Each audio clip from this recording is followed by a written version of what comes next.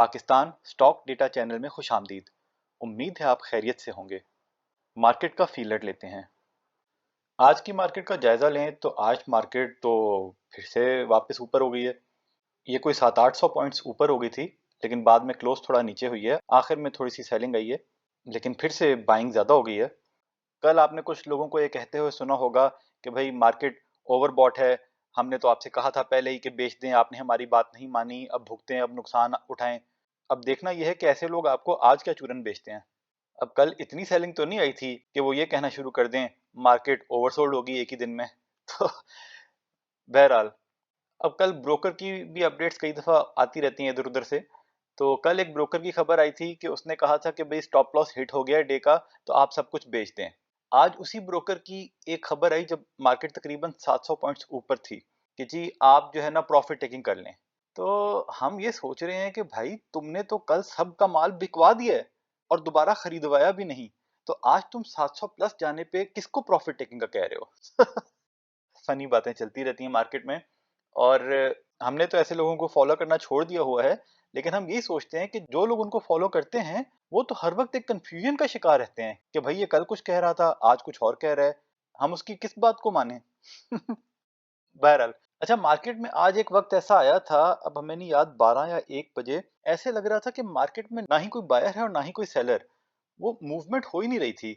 शायद कुछ वक्त के लिए बड़े प्लेयर्स मार्केट से एग्जिट कर गए और जो आपके हमारे जैसे लोग हैं वो यही सोच रहे थे कि अब मार्केट क्या करेगी। अगर मार्केट ऊपर जाती तो वो खरीद लेते, अगर मार्केट नीचे आती तो वो बेच देते। वो पुट्ठे ही चल रहे होते हैं। वैसे जिस जमाने में हम लोग इनको फॉलो करते थे और स्टॉप लॉसेस लगा के काम करते थे तो हमें तो कभी फायदा नहीं हुआ। हम नहीं जानते कि आप लोगों में से ऐसा जो करता है उसको कभी फायदा हुआ भी है कि नहीं, मतलब लॉन्ग टर्म में। शॉर्ट टर्म में तो हो जाता है, लेकिन हमेशा ही प्रॉफिट आता था और फिर वो स्टॉप लॉस के बाद जाया हो जाता था। आगे बढ़ने से पहले बताते चलें, हम कोई बाय सेल कॉल नहीं देते, सिर्फ फंडामेंटल एनालिसिस करते हैं। फैसला सबने खुद करना है, क्योंकि मुनाफे में मौज अपनी अपनी और नुकसान में दौड़ अपनी अपनी। जो हमारी वीडियोस देखते हैं और पसंद करते हैं उनका शुक्रिया। खैर छोड़ें इसको, सर्किट ब्रेकर देखते हैं। तो सर्किट ब्रेकर में फिर कई कंपनियों को लॉक लग रहे हैं और इसमें से हम किसी कंपनी को फॉलो नहीं कर रहे। लोअर कैप में भी कुछ नहीं है। आज सुबह प्री ओपन में ही सिटी फार्मा की ये न्यूज़ आई कि उन्होंने जो है कोई कॉन्ट्रैक्ट अपना जो है ना वो किया है, वो उनका कोई प्रोडक्ट है, कोई क्रीम है, उसका रिन्यू किया है। फिर आगे उन्होंने लिखा है कि इससे उनके रेवेन्यू पे सिग्निफिकेंट इंक्रीज आएगा। अब सिग्निफिकेंट इंक्रीज को जब तक वो डिफाइन ना करें कि वो 1 बिलियन है, 2 बिलियन है, तो बड़ा असेसमेंट करनी मुश्किल है कि इनके ईपीएस पे कितना इम्पैक्ट आ सकता है। वैसे इनका ईपीएस कोई बहुत अच्छा तो वैसे भी नहीं है, लेकिन फिर भी इसमें आज जो है सुबह से ही मूव रही ऊपर। ओपन ही काफी ऊपर हुआ था, लेकिन एंड फिर थोड़ा नीचे हुआ है। बहरहाल इसको हमने वैसे ही कर लिया है। ये हमारा जो है कोई इतना ज़्यादा हम इसको देखते नहीं है, क्योंकि फार्मा सेक्टर तो वैसे ही सारा का सारा ओवर प्राइस्ड है। बस ये थोड़ा सा नीचे है, कभी कभी हम इसको चेकआउट कर लेते हैं, लेकिन पसंद हमें ये भी कोई इतना नहीं है। ये और बात है कि कल को इसकी वैल्यू 40 हो जाए तो वो आपको पसंद है तो आप रख लें। अच्छा जी, एलटीएन को माशाल्लाह से आज फिर कैप लग गया, हमें उम्मीद बिल्कुल नहीं थी। और हमने तो जब ये मार्केट ओपन हुई थी, ये थोड़ा सा ही ऊपर था, ज़्यादा ऊपर नहीं था, हमने अपना माल निकाल दिया। उसके बाद ये कुछ देर वहां पे रहा है और फिर ऊपर सारा दिन जो है ये ऊपर अपर कैप के पास आता रहा है और बिल्कुल खत्म होने के टाइम पे इसको कैप लग गया था। तो चले, हमने तो इसमें से अपनी तरफ से काफी प्रॉफिट बना लिया है। तो जिसने हमसे खरीदा चलो थोड़ा सा माल वो भी बना ले, लेकिन हमने फॉर द टाइम बिंग इसमें से एग्जिट कर लिया है। बाद में हम किसी टाइम पे इसमें, या अगर ये थोड़ा नीचे और आ गया तो हम इसमें री एंट्री भी कर सकते हैं, लेकिन फॉर द टाइम बिंग हमने एग्जिट किया है। देखिए हमने एग्जिट किया है, लेकिन ये भी हो सकता है यहाँ से 30 पे चला जाए। तो आप अपना अपना फैसला खुद करें। जिन्होंने होल्ड किया हुआ है, अब उनकी मर्जी है कि वो उसको होल्ड करें और कहाँ तक उसको लेके चलें, या लॉन्ग टर्म में होल्ड करना चाहते हैं तो वो भी कर सकते हैं। तो आपकी अपनी मर्जी है। शायद ये है कि पिछला जो उसने डिविडेंड दिया था 4 रुपये 70 पैसे का, तो उसके बाद ये नीचे इसलिए गिरा कि लोग समझ रहे थे कि शायद वन ऑफ डिविडेंड दे दिया है।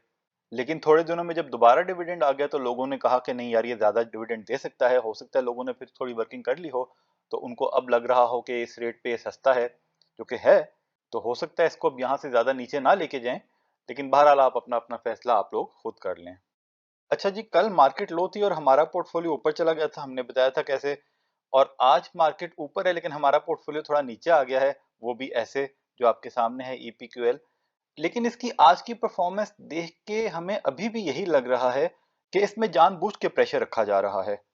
इसमें हमारा लॉन्ग टर्म वाला पोर्टफोलियो तो नीचे आ गया, लेकिन आपको हमने बताया होगा कि हम इसमें खरीद बेच भी करते हैं, तो 2-3 हज़ार तो हमारे उसमें आज इसमें फिर बन गए।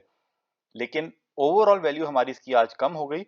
लेकिन वही बात है कि देखें, हमारी यही असेसमेंट है कि इसमें प्रेशर जानबूझ के रखा जा रहा है।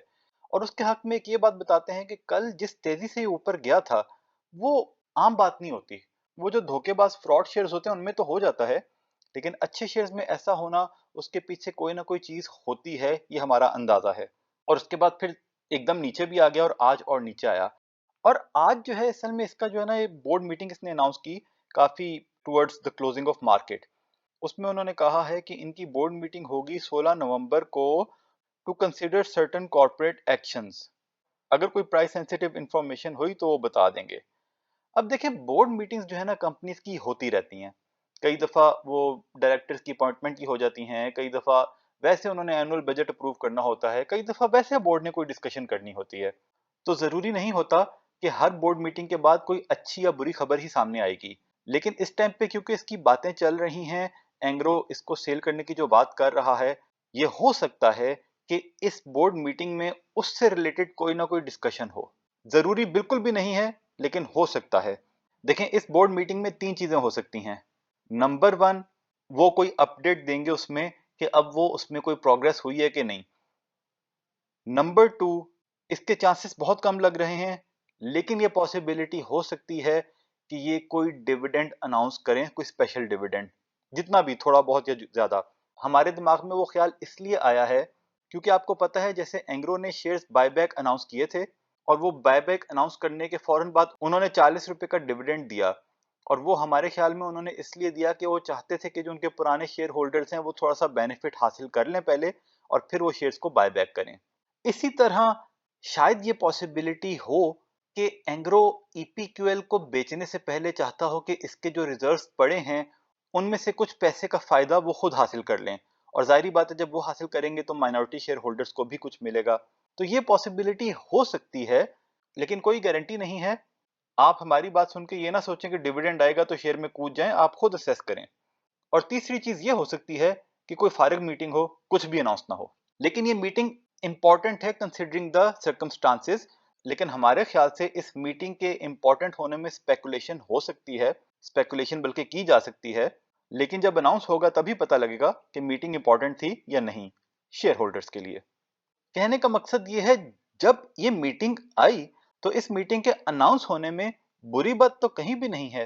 लेकिन ये मीटिंग जैसे ही अनाउंस हुई, ये देखें, यहां से अच्छी खासी सेलिंग आ गई, और वो 29.60 से 29 पे चला गया। असल में ऐसी मीटिंग जब अनाउंस होती है तो कई दफा मेरे आपके जैसे लोग शेयर्स बाय करने के लिए दौड़ते हैं। तो कुछ लोगों ने शायद उस मौके का फायदा उठाते हुए अपना माल बेच दिया, और लोग घबरा गए होंगे। किसी ने हो सकता है 29 पे बेच दिया हो सकता है कल कोई 29 पे बेच दे डर के।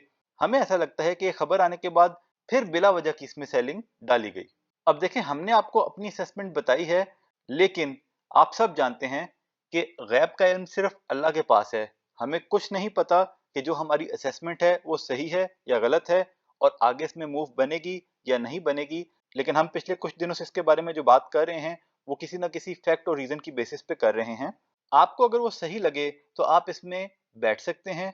अगर आपको वो सही ना लगे तो सिर्फ इसलिए आपने नहीं बैठना कि हम बैठे हैं, और नीचे आता है हम और थोड़ा खरीद लेते हैं, तो सिर्फ आपने इसलिए नहीं खरीदना कि भाई हम खरीद रहे हैं तो आप भी खरीदना शुरू कर दें। क्योंकि हम ना आपको एक लतीफा सुनाते हैं, हमने अपने चैनल पे पहले भी सुनाया हुआ है, लेकिन अब सब्सक्राइबर्स थोड़े ज्यादा हो गए हैं तो हो सकता है बहुत से लोगों ने ना सुना हो।